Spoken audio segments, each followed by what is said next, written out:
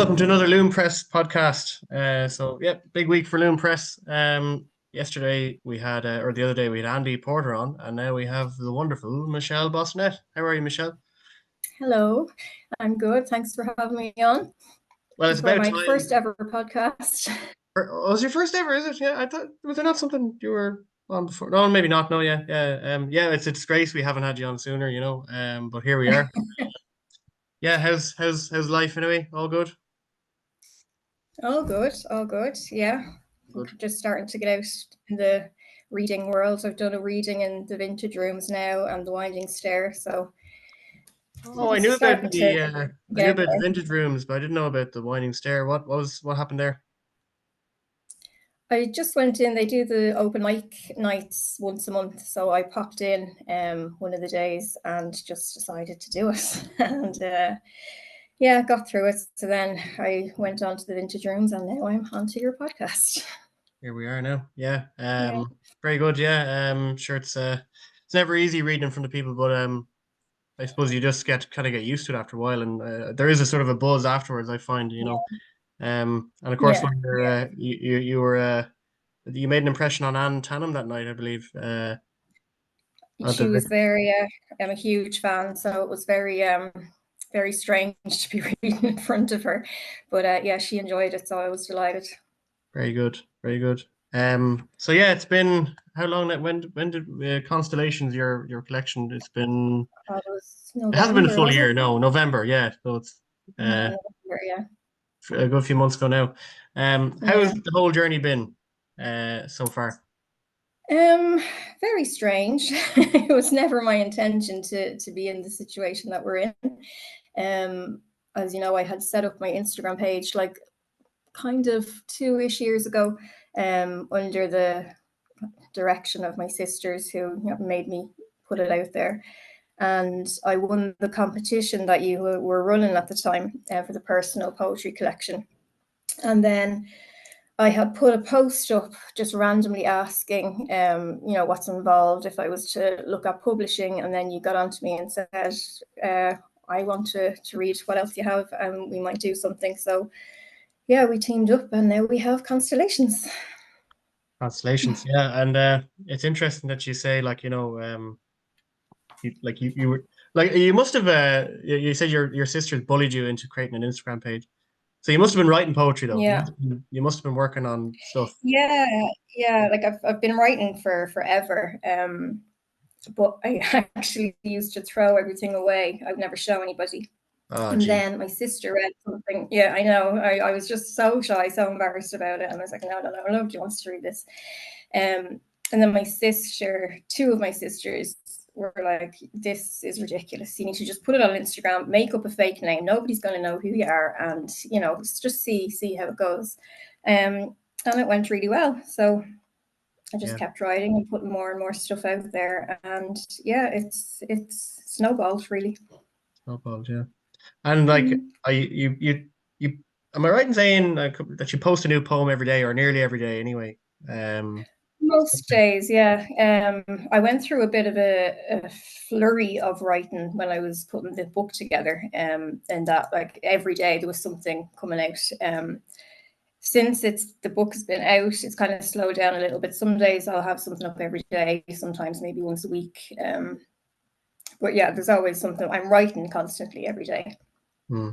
You said I remember when you when we released it, and I think it probably because it was just an exciting time for yourself and everything. But I think when we released it, I remember you telling me that, wow, I feel like I'm going through a bit of a drought or a bit of a dry patch with creatively. Like Yeah, you were kind of like it's almost like you'd have taken so much because I know it yeah. doesn't look like too big a collection, but it's actually there's actually a lot of poems in it.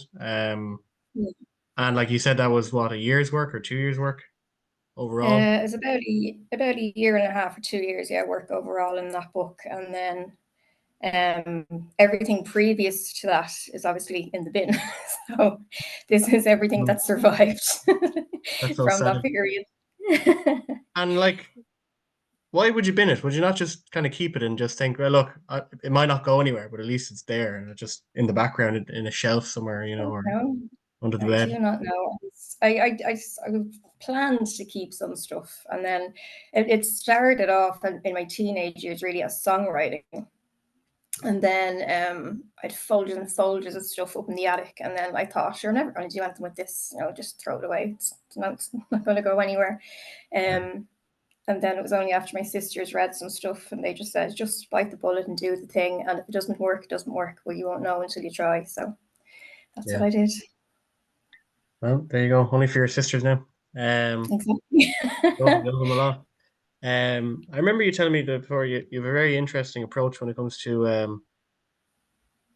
writing. I think you were saying you wake up very early in the morning. Do you want to talk a bit about that? Your kind of your Yeah, procedure. an I'm Yeah. an early riser, so I'll wake up somewhere between 4 and 5 most mornings, and I usually have a thought or a sentence in my brain. So I'll write it down, and at some point during the day, it'll come back to me, and I'll just write it out. I try not to edit too much, so what's written out is more or less so the way it's come out from my brain. So yeah, I just try and get the most authentic version onto the page. You don't believe in dwelling too long on the editing No, process. not really. I think if you edit too much, you take the breath out of the thing.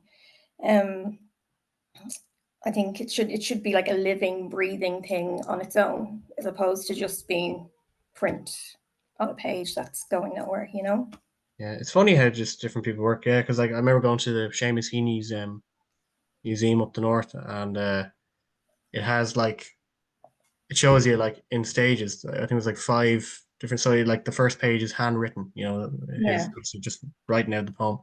Then the second page might be it printed, but you'll Mm. see like little corrections on it and stuff. And then it's only until it gets to the fifth page that that's what we see in Yeah. the final book. And but like when you're reading the final page, you think, oh, it makes it sound so simple and easy, but Yeah. you only see the five iterations he's gone through. Um, Yeah.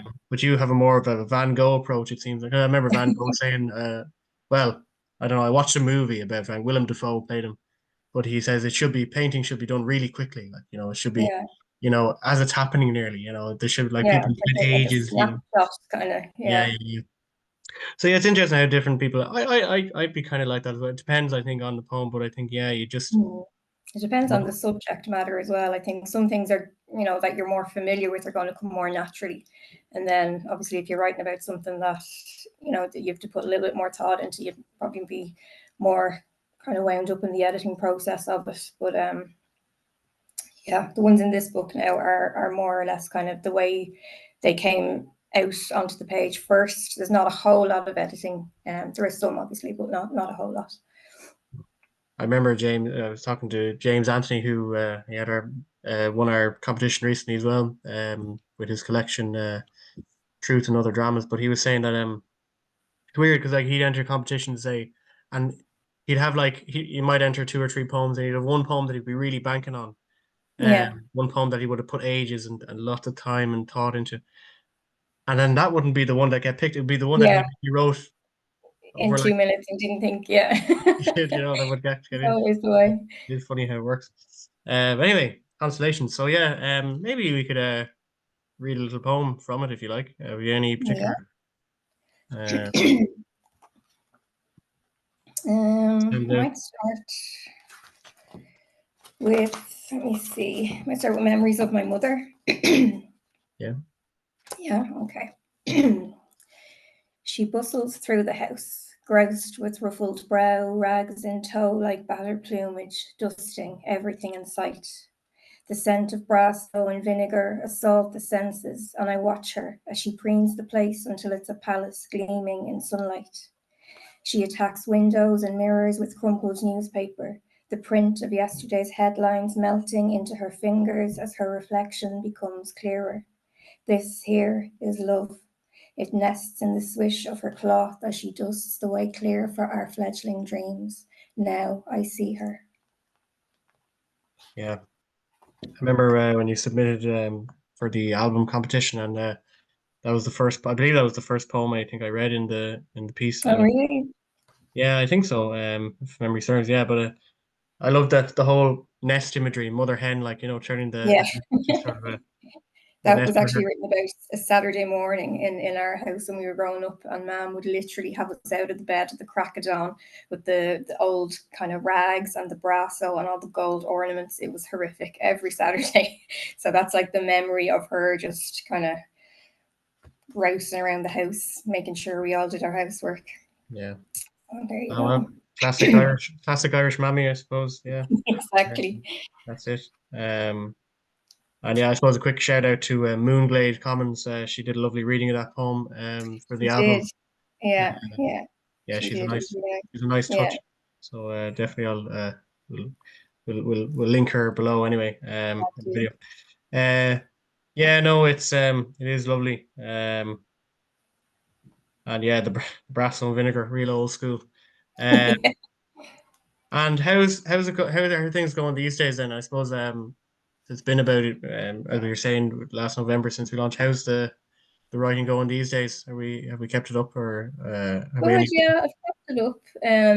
I still do a little bit every day, just early in the mornings, and then in the evenings, if I need to tidy something up that I've written, I'll do it then. Um, but yeah, I have a lot of new material, so there may be a book two in the pipeline, maybe next year sometime. But yeah, we're getting there. Yeah, and you get lots of engagement. It's actually created like when you look on your page, you get so many people engaging from around the world. People Yeah, from yeah. America and everything. It's um, Yeah, there's a good base of people that I chat to in America, Canada, there's a couple in Australia. There's a couple of lovely writers as well in Germany. It's a really nice community of like-minded people who are all doing similar things together. So it's really nice to be a part of it. hmm. Is it, and would you see your class yourself as mainly like obviously I know you write lots of poetry. Have you ever thought about maybe trying your hand at a bit of fiction or any different Um, styles maybe? I've thought about it. Like I've had ideas for different things, but I haven't actually sat down and tried it properly. It is something I'd like to try. I'd like to try maybe short stories, Mm, but yeah, I'd have to kind of immerse myself in reading a load of them first to kind of get into the flow of them, and then try my own maybe. But yeah, it's something I'd definitely like to try. yeah, because I know like the obviously you have a very like you don't have lots of say rhyme in your poems, but you do have this lovely kind of melodic way of talking, which could go well maybe in shorter pieces. Might be Yeah, hard. Yeah. So yeah, because I often find that like growing up, I would have always classed myself. My head, I was always like, right, I want to be a novelist. Novel writing is the way. But then I find that like just between work and everything that you might be too tired to go to sit down and think, right, I'm going to write a couple of pages here, but you might get out a couple of lines of poetry. yeah, But then I yeah. think naturally, then over time, I found myself more sort of writing more poetry than actual prose, which is sort of maybe I'm happy to look at the way I see it. Once I'm writing something every day, that's Exactly. Yeah, yeah, would you find yourself the same, or is it because I know you've a couple of kids in the house that you're trying to juggle as well, and yeah. Yeah, so it can be hard trying to find the time to sit down and do it sometimes, but I think that's why I like to get up early and get all the kind of the creative stuff done then. And then usually like I'm a huge fan of nature writing. So I get most of my inspiration when I'm out. I will go walking along the banks of the Talca most days. So there'll usually a thought will come into my mind down there, and I'll scribble it into the notes of my phone and come home. And if I have time, I'll to sit with it. I'll write something. If not, I'll do it later on in the day. Um, but yeah, it is hard to make the time sometimes. But I think getting up early is definitely the way to do it for me. yeah, yeah, they say that's when your brain is at its freshest in the morning. Yeah, Yeah, you yeah. mentioned the banks of the Tolka there. It's not far from where you live, and we do have a poem No, in selection, I do have a poem about it. Let me see if I can find it. Yeah, page 21. Uh, anyone. Yeah, it's literally a 5 minute walk from my front door. So it's like the perfect spot, and it's always really quiet. The particular spot I go to is always really quiet. So myself and the dog do just do laps of that in the mornings, and there's nobody around to bother us. It's great. So I'll read that one now. The banks of the Tolka. Walking along the banks of the Tolka, the river and wind conspire to snatch my thoughts and unravel these briars into ribbons of coherence. I love this place. The balm of sound and silence merge to shape a perfect paradox of paradise. I often stop here to absorb the hum of the orchestra, to simmer in the ripple of water, to witness the touch of the breeze and leaves demure and bright with anticipation. I am infused in this creation of timbre and tone, the song of my heart sighs in gratitude. Solid. Thank You have a you. lovely reading voice. Thanks, because I don't read very often. I'm still getting used to it. Have you thought about audiobooks or anything like that? Or No, not at all. But your look, I'm doing things I never thought I would be doing, so why not? why not? Yeah.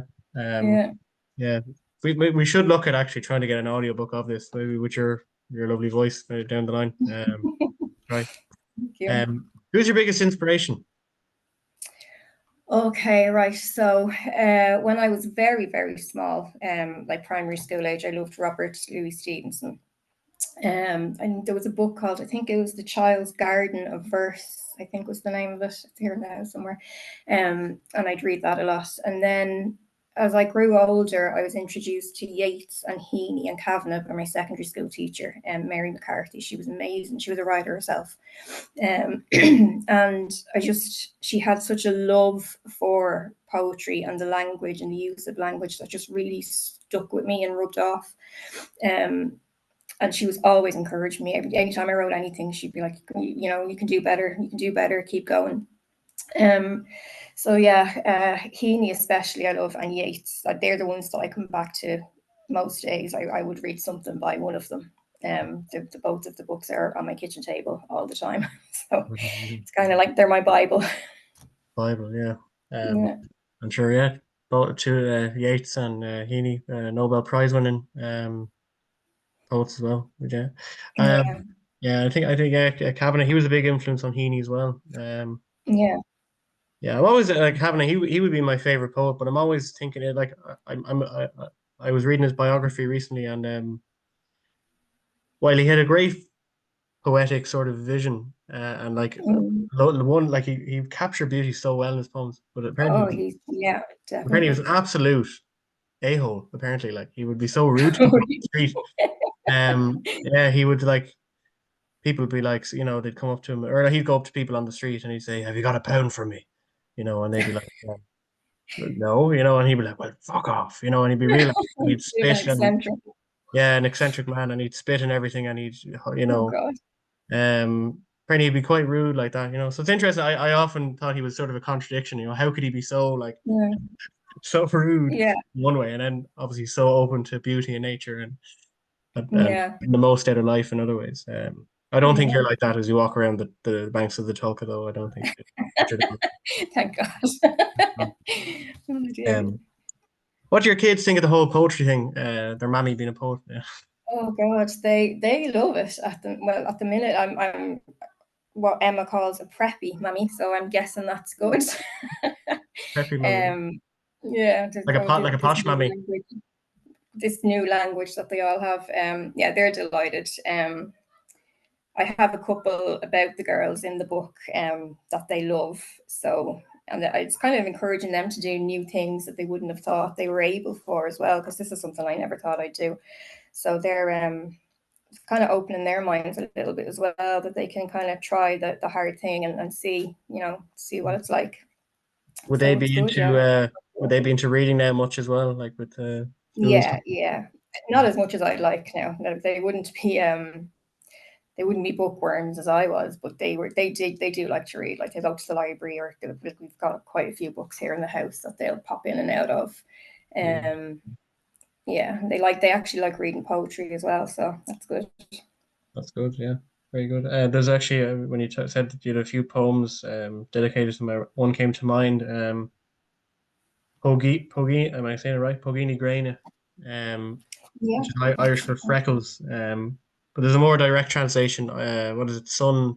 Sun Kisses. Tiny sun kisses. Yeah. Tiny Sun Kisses, yeah. If I can find the Pages page. of- Oh, they're 88. 88, yeah. Okay, here we go. Pogini Graina. In Irish, we call freckles Pogini Graina, which translates as tiny sun kisses. Every time my lips caress your face of tiny freckles laced by the sun's soft kiss, a smattering of constellations under your eyes, I am reminded of the blissful glistening of pure love, strong and true, and how the sun seems to shine directly from you. Yeah, it's lovely. Thank you. So simple, and yeah, like sometimes you encounter like if you read a word in Irish, it actually like unlocks something in you might draw inspiration from just the translation, like you did there, and Yeah, beauty of I know like Dara Fleming, for example, he had a short poem about looking at Tá which is like oh yeah, yeah, that's a really good one. which is Irish for I'm sorry, but in or I'm sad as well. Yeah, the sadness is upon me. Yeah, like in English, when you say I am sad, it's like you're embracing the sadness. But Yeah, you translate it like you're saying it's in Irish, the sadness is only upon me. It's only a temporary thing. It's not actually, yeah, so the way that Irish as well could like hug eating rainy, that's a lovely yeah. little, Such a musical language. I'd love to be fluent, but unfortunately I'm not. It's very hard to learn. very hard to learn. Yeah, I think I've got a 442-day streak on Duolingo. So Oh really? Oh, you're better yeah, than me. I have to get yeah. going. I Yeah, yeah, I'm just kind of, I do one lesson a day, just keeps me going. But it's I have it downloaded on the kids' iPads, but I never do it myself. I have to start. yeah, no, it's yeah, because I like some of the kids, like you said, I see in schools, they have like, say they have an Irish unit and they all speak Irish. Yeah, But you actually would be and some of them are quite bold and misbehave, but you're actually jealous of the fact that they know Irish. They're fluent, yeah, when you're yeah. when they're kind of babbling. I try to get it to Kupla Fuckle, but I butcher it, and I'm just, yeah, and but I would love to actually try and write in Irish as well. It'd be nice to get to a level where you could actually write something, even something simple, That'd be just do a little amazing. Yeah. little piece, like, Um, yeah, I suppose that is what it is. But yeah, in terms of like, so obviously this is all quite new to you, I guess, as well. Yeah. And you said you were maybe you were sort of lacking in confidence initially. Would you have any sort of advice or guidance for anyone starting out, or do you feel even that you'd be Um, I don't know if I'd be qualified to give advice because I'm still terrified every day. um, I would say if somebody is thinking about writing, set up an Instagram account. You don't have to use your real name. You don't have to use your real picture. Just put something out there. Join like different Instagram communities. There's a one called Poetic Reveries. They're based in England. It's a group of, I think, 4 ladies who are so supportive and they share like new work all the time. And that's what I've started doing on my page as well. I'll share work of other writers that I like, and hopefully, other people can engage and enjoy it as well. So yeah, the first thing I do would be that, right? You continue writing every day and get yourself out there in whatever way is most comfortable. Just even online, a couple of posts every couple of weeks and see how you get on. And like that, I didn't expect to ever win a competition. It was probably the second time I've entered one. So enter competitions and see how you go there as well. Yeah. It's weird when you start getting into the whole poetry community on Instagram, especially. I think Instagram's probably the best platform for it. I think. Mm-hmm. Obviously there's other ones like like TikTok, but I don't think they're as good. But like when you go, it's only when you start like following different accounts, and then you Yeah, see, like, for example, you might go into a random poetry page followed by Michelle or by yeah, Wildflower girl, and then you're like, and then yeah, you see like all the other people, and it's like all these people, yeah, uh, yeah. but you It's might like a not. chain reaction. Like It's like a everybody kind of chain, knows everybody. but you might Yeah, not even meet. It might be like, obviously I've met loads of people since coming into this community, but it mightn't be people. There might be people that you feel like you know them from online, but you've yeah, actually never met them. But it's yeah, weird. exactly. Yeah. So yeah, it's no, I think you're dead right, and I think it is a great community. People give out a lot about social media, and obviously like there's definitely negatives to it, Yeah. but I think I don't know, there's something about this community I find Think that's as well, especially I yeah, think it's something to do with like I think everybody's in the same boat really. Like we're all here because we're creative in our own way, but we have a fear, I suppose, of how to bring it into the world without, people judging too much. And nobody really judges in on the Instagram community because they're all thinking the same thing. Like I'm afraid to do this thing, but I'm going to try. So that's the most important thing you can do. Really, is just try and get involved in it, and hopefully you'll meet like-minded people, and it won't become a chore, and you'll end up liking it. yeah, yeah. Um, there was what was one thing. What's your? I'd be curious to hear your thoughts. There, remember Dara Fleming talking about like creating content. Like I think most people when they start out a page, for example, they do it because they love it and they like it and they just post when they feel like it. But maybe then they might build up a bit of a following and they might feel under pressure to post or share things. And what's your thoughts on that? Does it become a case of like as like Dara says, you shouldn't create content to especially if you're going through something, just creating content just to deal with something, as a way Mm. of just sort of almost, what's your thoughts on that? Or um, Um, I try to only post things that kind of are meaningful to me in a way that I like. I've got loads of stuff that I haven't posted. yeah, And there are times where I'd post for like 2 or 3 days in a row, and then I'd have nothing to say for a week or two. Um, so in those situations, I would just share other people's work that I like in the stories or whatever. yeah, Um, but I try not put too much pressure on because I think if you're going to go down that road, you're going to lose the creativity. You're going to kind of box yourself into to certain things. Um, so yeah, I try to not kind of follow a certain path and just let the poems come out when they want to and post them when I feel it's the right time. So I yeah. don't really want to get kind of swamped in creating content that I don't necessarily like or I don't think is good, just for the sake of posting something. It's the old case of trying to balance. Because if people say you should try write even when you're uninspired, I mean, it might Mm, you might not do anything with it, but at least you're just keeping your hand at it. Because yeah, what do they say? It's 99% or 1% inspiration, 99% perspiration as well. So yeah, that's the kind of thing I find. It's like I try to write something every day, even though I might not, like you said, like post anything. But yeah, sharing other people's work when you're yeah. And yeah. I remember it reminds me of Heaney again. Come back to Heaney. It was in some poem he wrote. I can't remember the name of the poem, but it was I think it was to do with the Troubles. And he was talking about I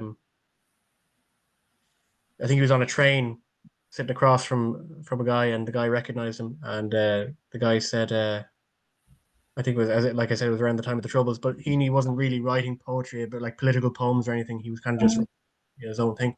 And the guy, I think he may have paraphrased slightly as well, but he was saying, "When the fuck are you going to write something about us, or for our yeah, cause?" And and he says, again, I'm paraphrasing slightly, but like this was the essence of it. It was saying yeah, that if and when I do decide to write something, it'll be for myself.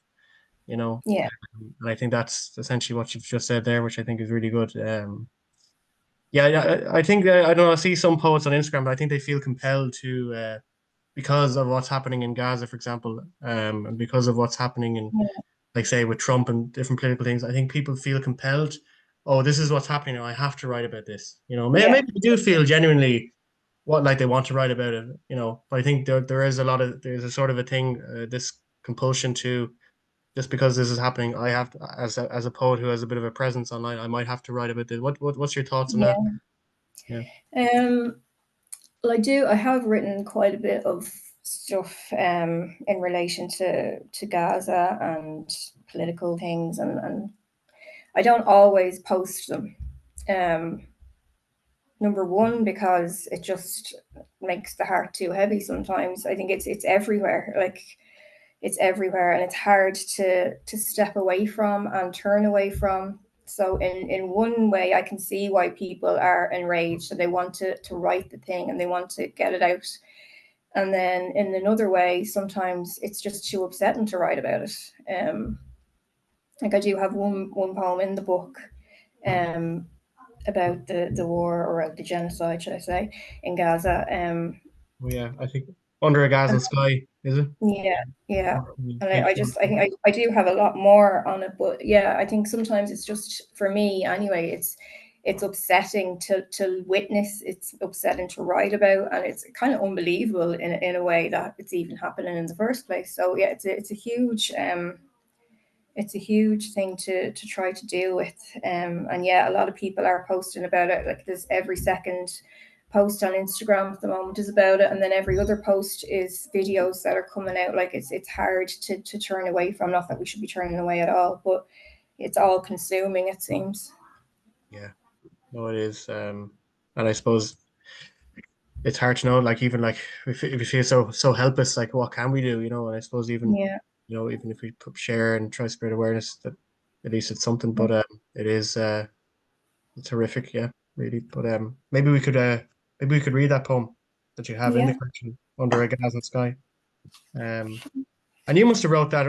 I suppose it's going on well over a year now, Gaza. yeah. I wrote this around the start of it. This was this is horrific enough, and this is like light reading compared to what's happening now. Um, but yeah, I'll read it and see what you think. Under a Gazan sky. From somewhere far beyond rainbows, the earth screams, a collective keening for love and life. Sorrow lives here. It is birthed amongst ruins, wide-eyed, black-winged, and fearful. It yawns free from sodden dirt and kisses the foreheads of the dead. The sky falls. It spills tears red and heavy, bleeding the clouds dry. This place is a prison clasped fast within a prism of horror and fright. Ghost cities crumble, bereft and empty around broken families. Mothers and fathers scramble to find children identified only by numbers. Anguish creeps into their beds for company. It holds them tight while bombs and bullets pierce the night. Infants are blown apart. Their clipped wings, white and dove-like, reach wide to heaven. The rest of the world seems to have lost its heart. We are witnessing genocide in action. We look on with apathy at a humanitarian catastrophe, at an entire population being culled to death because they were born on the wrong side of a man-made fence. There is no war we could ever defend. Lives taken in the name of religion is something we can never believe in. Well, like when you think you wrote that when it was just starting out, and it's when you think about it, it's strange that you used the word genocide as well at the beginning, like, you know, and Yeah, it was like that then, and it's only gotten 10 times worse only now. gotten worse. Like, it doesn't seem like there's no words to describe what it is. Like, it's beyond genocide, it's beyond Holocaust. It's There doesn't seem to be a word to describe what it is. It's Yeah, just beyond comprehension, really. yeah, it reminds me of the Van Bolen's poem about the war horse. You know how, like, the horse that comes through this sort of suburban neighborhood, tramples the flowers and stuff, and sort of leaves a bit of wreckage in its wake. But the neighbors peer out the window and see it passing by, and once it's gone, I'm sure it's gone now. You know, it's kind of sort Yeah, of, maybe sometimes feel a bit like that, like, you know, that's happening over there, yeah, and it's not here. But I think at the same time, I, I think in particular people in Ireland are very aware of what's going on, and I don't know, especially, well, I say a lot of social media communities, but definitely the poetry community. It's We see so many poems about it, so many people sharing about it, so many people. So I yeah, think at least that's something, you know, what yeah, can we do? Well, that's, you know, something at least for now. But it is shocking. Maybe that's the role of the poet as well, to highlight yeah. these things Right, and exactly. draw people, make people aware. Yeah. Mhm. We've only a few minutes left. Michelle, it's been lovely having you on. Thanks a million. Great to chat Thanks to for you. having me. And great for the people, the world to see you at long last. I know when you started your account, you didn't have any, it was sort of just a sort of a blank image of, there was no Michelle face, but now we have, you've found the Yeah, confidence I was kidding. to come to share yourself. Yeah, maybe we could finish up with a poem before we've only about Yeah, under 4 minutes left. Maybe a quick one to finish okay. up. Let me see. I might do Playground. That's Playground. one of my kids' favorite ones. Yeah, page Oh, yeah. 109. 109. Okay. Playground. I remember pushing my daughters on the swings as toddlers in winter. Sunlight peeking through snow clouds, fingers frozen, toes and noses pink with cold, flushed, happy cheeks. We were chilled to the bone, but warm in each other's company. Enveloped in squeals of delight and laughter, their infant voices enraptured the air and landed with feathered kisses in my ear. Mammy, push higher, look, we can kick the clouds away. It feels like only yesterday. They are growing older now and braver. The world around them changes, shows its dangers. I guide them, mold them, instill courage and determination. These days, they still love playground games, but no longer content to kick clouds away, they stamp through glass ceilings, shatter outdated belief systems, boldly chase their deepest desires, and reach for horizons we have barely dared to dream of. From behind them, I whisper, push higher, my loves, push higher. Thank Wonderful. you. Thank you very much, Michelle Bosonnett. Great poet Thanks a name, by the million. way. Michelle Bosonnett. You're the first Bosonnett I've ever met. I've never met another. Yeah, it's French, I believe. There's not many of us. Yeah, but yeah, it's definitely a more unusual name. Yeah. Well, look, hopefully down the line we'll look forward to seeing more work from you and keep up the great work so far. And yeah, thanks for coming on to the podcast. Thanks, Emil. Thanks for having me. It was Yeah, and lovely. for anyone who's around on so this Sunday, 15th of June, get you if you enter the picnic in the park in Maynooth raffle, being a chance to win, get your hands on one of Michelle's poems. Actually, you'll be down for a bit, I believe. I will. I will be there. Yeah, you might even get a signed copy if you're there at the picnic park. So come I'll on be there down. to get myself a copy of James Anthony's book. Oh yeah, Have yeah, absolutely, yeah. to keep me one of Yeah, those. we've no signed copies of them, unfortunately, but who knows? Actually, Maybe down the line. Anyway, thanks again, Michelle, and no yeah, worries. Thanks, Emil. right. Have a good Talk to day. you soon. You too. Bye.